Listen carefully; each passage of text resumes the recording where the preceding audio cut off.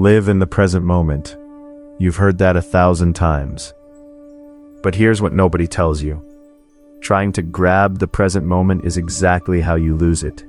The harder you chase it, the faster it slips. The Buddha never said, hold on tighter. He said something far more radical, that this breath, this second, this face in front of you will never come again. Not once. And that truth, rather than making life smaller, makes it vast. Today I'll show you why letting go is the only way to truly arrive. In the quiet forests of northern India, nestled in the kingdom of Kosala, there was a place called Jetavana, a monastery where the Buddha's disciples gathered to sit, to breathe, and to learn. One rainy season afternoon, the air was heavy and damp. The trees glistened. Monks sat scattered across the grounds, some with eyes closed, some murmuring sutras beneath their breath. Among them sat a young man.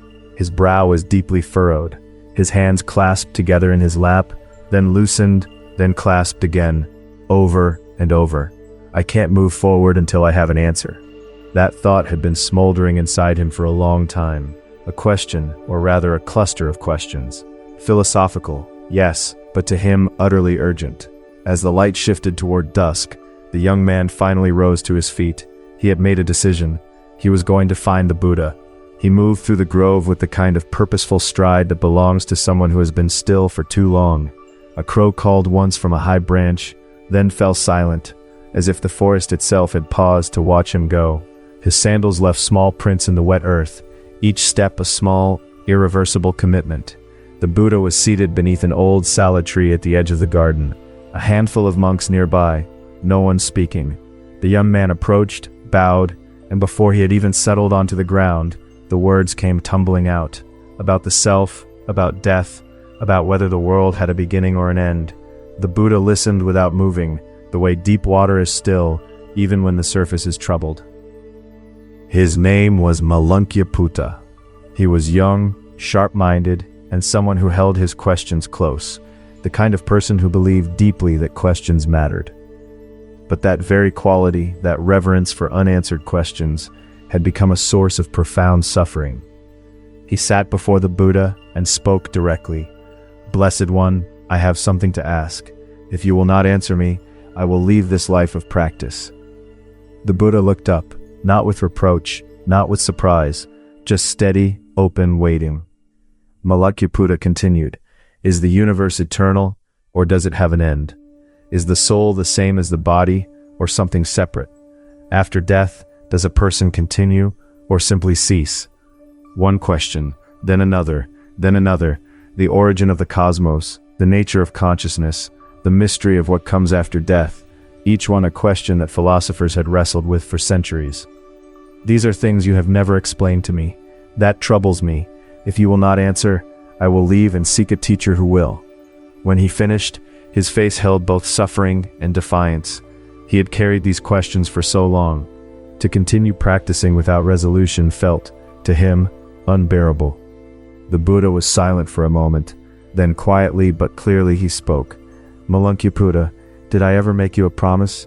Did I ever say, come to me, and I will teach you the origin of the universe? I will reveal what lies beyond death. Did I make that promise? Malankya-Putta shook his head. Then listen. The Buddha chose each word slowly, deliberately. Suppose a man is struck by a poisoned arrow. His companions rush to help and move to pull it out. But the man says, wait, tell me first, who shot this arrow? Was he a warrior, a priest, a merchant, a servant? I must know before you touch it. The air in the room went still. The Buddha continued. And then the man says, was he tall or short? Was his skin dark or fair? What kind of wood was the bow made from? What was the bowstring made of? Were the fletching feathers from an eagle or a peacock? Tell me all of this first, then you may remove the arrow. Malankya-Putta leaned in, listening closely now. What would happen to that man? No answer was needed. It was already clear. Before the investigation could be completed, the man would die. The poison does not wait for questions. The Buddha went on. To refuse to practice until you know whether the universe is eternal, that is the same thing. To refuse to live with integrity until you've settled whether the self is separate from the body, that is the same thing. The searching takes a lifetime, and life does not pause while you search. Malankya sat very still. What I teach is this: what is suffering? Why does it arise? Can it end? And if so, what is the path that ends it? That is all I teach, because that and only that is what is useful to you right now. The last of the evening light poured between them, orange and warm. For a long moment, Malankya sat with his eyes downcast. Then slowly he bowed his head. He had come with his hands full of questions. He left with them empty, and for the first time in years, his chest felt light enough to breathe. I love this story. Notice what the Buddha did not say. He didn't tell Malankya that his questions were foolish or beneath him. He said, even if I answered them, your suffering would not end. That distinction is where the heart of Buddhism lives. So why was Malankya suffering? Was it because he had no answers? Not quite. The pain didn't come from the absence of answers. It came from the posture he had taken toward life. The belief that he could not truly live until everything was resolved. That stance had placed his entire existence on hold, locked in a kind of waiting room he had built for himself. The root of the suffering was this: I cannot really live until this question is answered. The arrow is already in. There's nothing wrong with having questions. But the moment we make those questions a condition for living, the moment we say I'll be present once this is sorted out, we lose access to the only life that's actually available to us. This one, right now. Once that problem is resolved, if things were different, when everything is finally in place, how often do we postpone the present with sentences like these?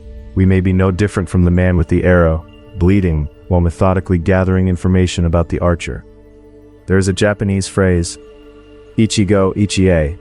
It comes from the world of tea ceremony, and it means roughly, this meeting, this moment, only once. But when read through the lens of Buddhism, something deeper surfaces. Everything you encounter in this moment, this light, this sound, this person, even this version of yourself, will never appear in quite this form again.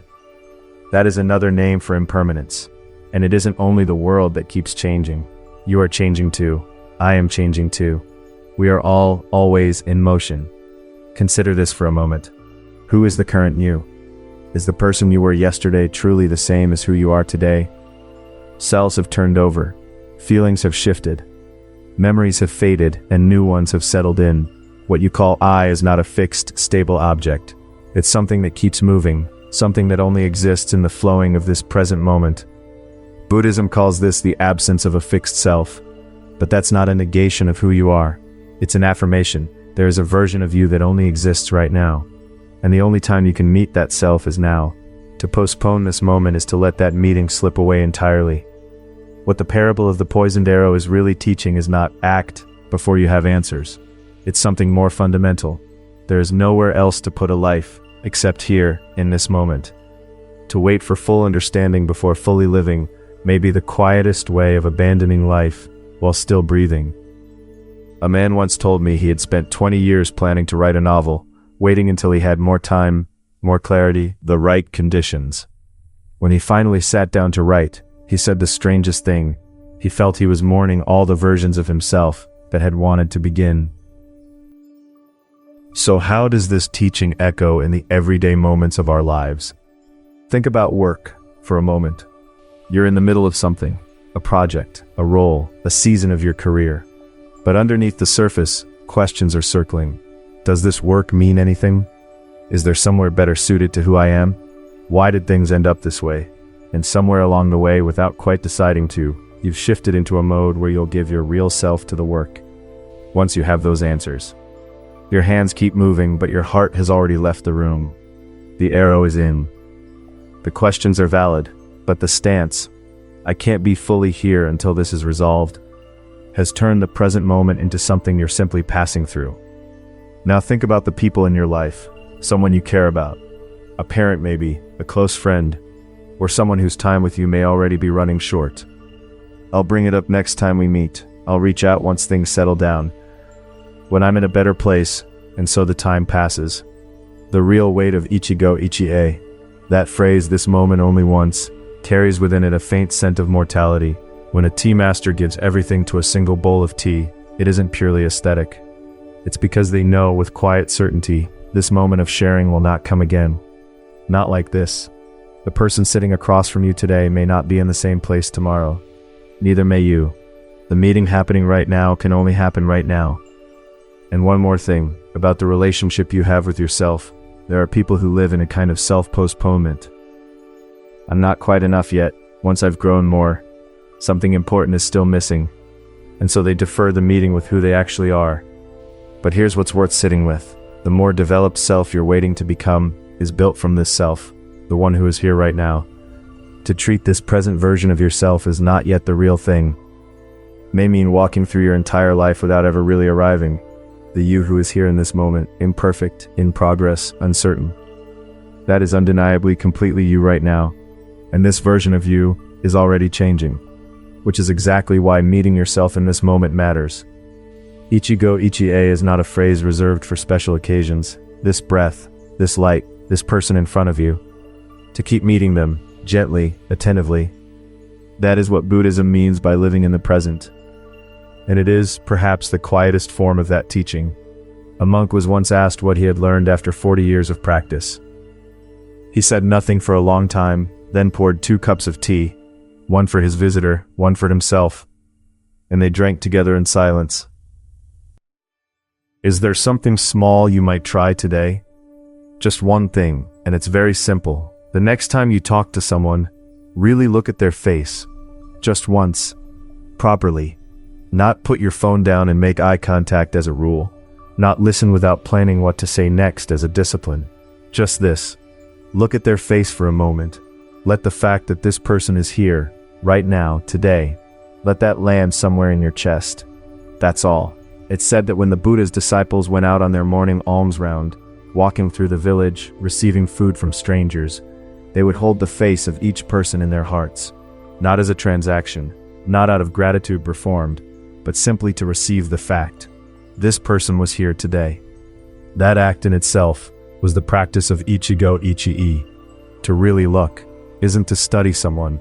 It's a quiet noticing that this person exists in this moment, in front of you. And if you'd like, one more thing to try tonight before you sleep. Look back over your day and find just one moment that could only have existed today. Something someone said, the color of the sky at a particular hour, the way something tasted, anything, so long as you can say, that was today's alone. If you find it, you'll realize that today was a day that will never be repeated. You don't need to recreate it tomorrow. You don't even need to find it. Just the looking itself already carries a different relationship to right now. I can't promise this will change anything, but it might shift, just slightly, how today looks to you. And that, offered without any grand claims, is Buddhism's modest answer. Not a transformation, not an awakening, just a woman on a Tuesday afternoon who paused while washing dishes and noticed the particular weight of the water against her hands, and thought, without quite meaning to, this is the only Tuesday this water has ever touched these hands. She didn't write it down, she didn't tell anyone, she just stood there for a moment, and then continued washing. That moment didn't make her life easier. It didn't solve anything waiting for her on the other side of the kitchen, but something in her, very quietly, was there for it. And perhaps that is enough, to have been present for one unrepeatable thing, even briefly, even without knowing its name. When you talked with someone today, how much of that time were you actually receiving their voice? Not planning your response, not waiting for your turn, just receiving. If there was even one moment like that, when did it happen? Maybe it was when they paused unexpectedly, and the silence caught you off guard before your thinking mind could rush in to fill it. Or perhaps it was the split second after they said something that hurt, before the story about why it was unfair had fully formed. In those unguarded cracks, something real passed between you. A monk once told me he learned to listen not in the meditation hall, but at his mother's deathbed, when there was nothing left to say and nowhere else for his attention to go. The words had run out, and all that remained was the sound of her breathing, and he received it fully, the way dry earth receives rain. The spirit of one time, one meeting rests entirely on impermanence, and we explored that truth more deeply in a previous teaching about autumn leaves and the nature of change. You'll find the link in the description below. Malunkia Putta, did not leave that evening. None of his questions had been answered. The origin of the universe, still unknown. The nature of what comes after death, still a mystery. The question of whether the soul and body are one, untouched. Not a single thing had been resolved, and yet, he stayed. Why? I think it's because he noticed the arrow. Even while he'd been searching for answers, time had been flowing, and inside that flow, there was this moment. A teacher sitting nearby, companions around him, and himself, here. When that registered, something shifted. Pull the arrow out first, stopped being just a metaphor, and became something he understood in his body. Ichi-go, ichi-e is not about summoning intensity.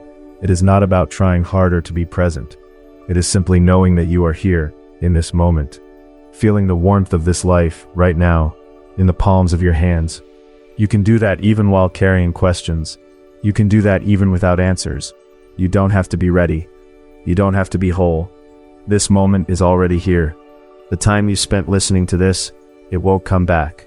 That is ichi-go, ichi-e, and for spending that time here with this, I am quietly grateful. And so was Malunkyaputta, I think, even if he never said so. He walked away that evening, still carrying his questions, but something in his hands had changed. The arrow was a little looser, and perhaps that is enough. Not to arrive somewhere, but to notice that your grip has softened, even slightly, even just for now. Whose face came to mind while you were listening today? One story a day. In a week your words will change. In a month your eyes will change. In a year the same world will look completely different.